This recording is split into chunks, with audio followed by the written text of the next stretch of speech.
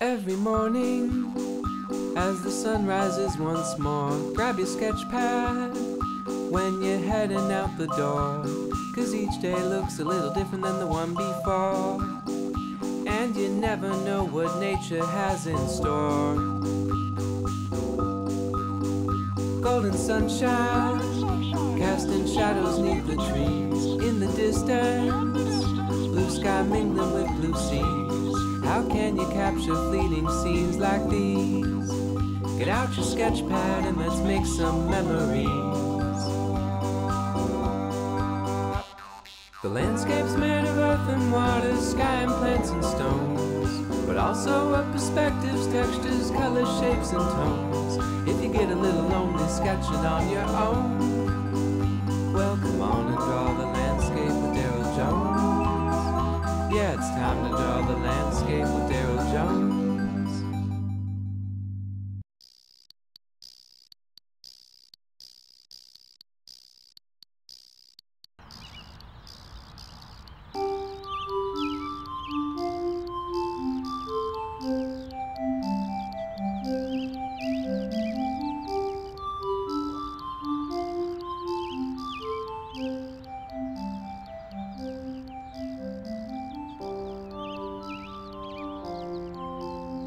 So when you're doing your paintings, is there a particular emotion or a feeling or something that you're trying to evoke when you paint, or do you just like documenting the landscape? Pretty much documenting the landscape. I mean, I think I try to be in the moment, in the present when I sketch. And I think about sketching is sort of like meditative, because you're very focused on that particular activity. So I try to sort of just sketch what I'm seeing. People are afraid of watercolor, you know, and in some ways it's a really metaphysical tool, because water, you know, is a life force, and in a lot of ways watercolor is going to do its own thing when you only have a certain amount of control. Trying to develop a way of teaching watercolor is, I mean, you really need to start with a good sketch. You know, like you can't make a really good drawing, really good watercolor out of a bad drawing. So one of the key steps that you need to remember is make sure that you have a fairly decent pencil sketch that you start off with. So a couple things in getting started here I think that's important is, this is a Daniel Smith number 10 travel brush that I think is really handy, because it's fat enough that I can lay down large washes, but it also has a nice point where I can do detail work. So when I get set up, I always make sure I have a blotting piece of paper and then a test strip, so I can test my color before I go down on the page. If you're going to do watercolor field sketching, I think the key is to make sure you're using a good style of watercolor paper. Tell me about how you're starting this painting. Yeah, right now I'm focusing on what's in front of me, which is the palm trees. I think the palm trees being in the foreground. They're trying to add more detail to them. You can see how I'm trying to add more detail to the canopy compared to what's in the back. And if you see, you know, this is really different shades of green. So I'm trying to add a yellow sort of green on the canopy. And you can see how it's more yellow on top than the bottom. Oh, right, where the light's coming through the palm and then trees. so that's kind of like my base color. And then and from there, I never start very dark with the colors. I always start very light and then build from there. It's also a question of time too. It depends how much time you have. Sometimes I do the sky first. I mean, right now the light's changing a lot, so it's kind of tough. I mean, it just changed again. But sometimes I do the sky first because it's like a foreground or a background to foreground kind of movement. And that way, as I layer things, like everything became very yellow now. Yeah. So I think this is the sky that I want. So I'm gonna just start trying to get this sky right here. So I've got some dark. I've got this kind of bank of clouds here. I'm gonna redraw this. It's like this big bank of blue clouds with sun coming out from underneath it and from over top of it. But when I watercolor in the field, the first thing I do, I always work from the background to the foreground. So the first thing I start off with is the sky. And I think one of the key things in drawing sky to remember is that you always want to be a lot lighter than you think you need to be, because somehow sky, we always make skies a lot darker. So I think the other key here is to make sure, see how I have a bubble of water? Is you want your sky to be sort of liquid, and you want to work it from the wash that you put down at the top of the page to the bottom. So I'm going to kind of wash it from dark to light as I come down to the ridge of mountains in the background. And the other thing I think is key is to leave some white space as you're doing your sky. So I'll do it again. I'm going to put in some color up at the top. And working wet into wet, I can take the color with my loaded brush and I can come over here and drop some other color in there. So I'm loading the brush up, keeping a nice flow of water as see how it's kind of like just dripping down. And I have a little bit of water, a little bit of bubble built up here. I'm going to clean my brush and come back and kind of pull that so it's a little lighter as I follow the mountain ridge across, leaving a lot of white space. And now that's how fast you can do your sky. My sky is essentially finished, but working wet into wet, I want to drop a little bit of color in there and just kind of let it kind of flow around. You know, like that's a nice way of forming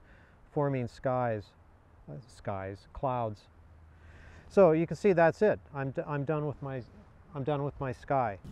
So Daniel, does the changing light conditions change your painting as you're painting it? No? No, I don't think so. It shouldn't. I think it's too too fast. And I think this medium doesn't give you enough time to make corrections. I mean, it's just watercolor, so it's no, it doesn't. Do you try and capture the light a little as it's bit changing, or do you like pick a condition of light and just stick with it and say that's what I was going to do? Sort of pick a condition. I think, like for example, you know, like 5 minutes ago we didn't have shadows on the palm trees, and now we do. And I kind of like that better, so I probably pick that condition. So I guess it depends, but it's difficult to. I find it difficult to adjust so quickly with the light conditions, right? Because it's just watercolor, and you don't have that time. There was this blue, there was this light blue in the sky just a second ago. And that's gone. Now it's gone, and the cloud was a lot darker because it was in silhouette behind. Right.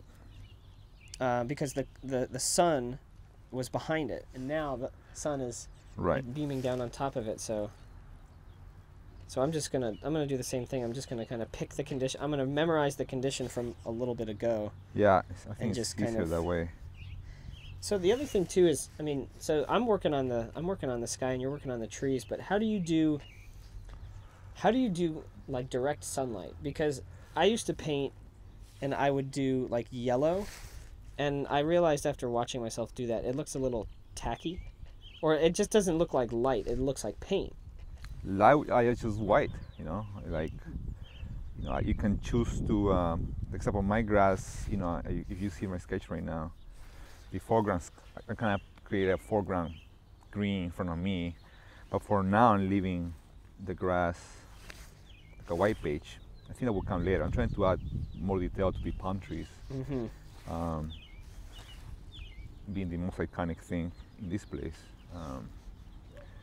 So the background grass I'm leaving right now, white, because there's so much light in it. And I think the shadows will look better once we come to the end of the sketch if we have a very light green on the grass. I mean, the light is shining on it right now anyways. The light's the light's even at an angle on my page that I can't quite see. Yeah, so it's not like, it looks much different here than it does if I do this. So I'm going to let that dry a little bit, because you don't want to get too dark too quickly, because I want to come back in and pull out some highlights as this dries. If the wash is too wet, it'll dilute the color that I'm putting down. So if I come back in and begin to add a little bit of purple to kind of highlight that ridge. And you can see how I've loaded the brush up there, and I have a lot of purple. I'm going to clean my brush, and I'm going to, with the tip of my brush, kind of pull that around. And the key here, I think, is like where it comes down to the next range, you want that to be very, very white, because you can see that's where like the Da Vinci, the atmospheric perspective. So the next stage is to come, you can see I've divided the landscape into a series of ridges. If you look at the landscape, you can see it goes light, dark, light, dark. There's a series of ridges, and as they get closer and closer, they get darker and darker. So I always start off painting with a lot of water in my brush, and as I come closer and as I'm finishing it, I add more and more pigment to get it darker and darker. So now what I'm going to do is I'm going to start moving forward with the ridge lines with a little bit of blue with my green, and I'm going to hit these ridge lines because I want to go from dark to light, and I'm going to continue to, I'm going to pull the color down. So I've done that ridge line. Now I'll go to the next one, which is here, and I want a little more blue in that because I really want that to stand out in contrast with the mountain range. So I really want that to look like it's coming forward. And the other thing I like about painting in the field is I'm kind of mixing my colors on the page. And I think with landscape painting, you want to make sure that you leave a lot of white space in here as I come forward.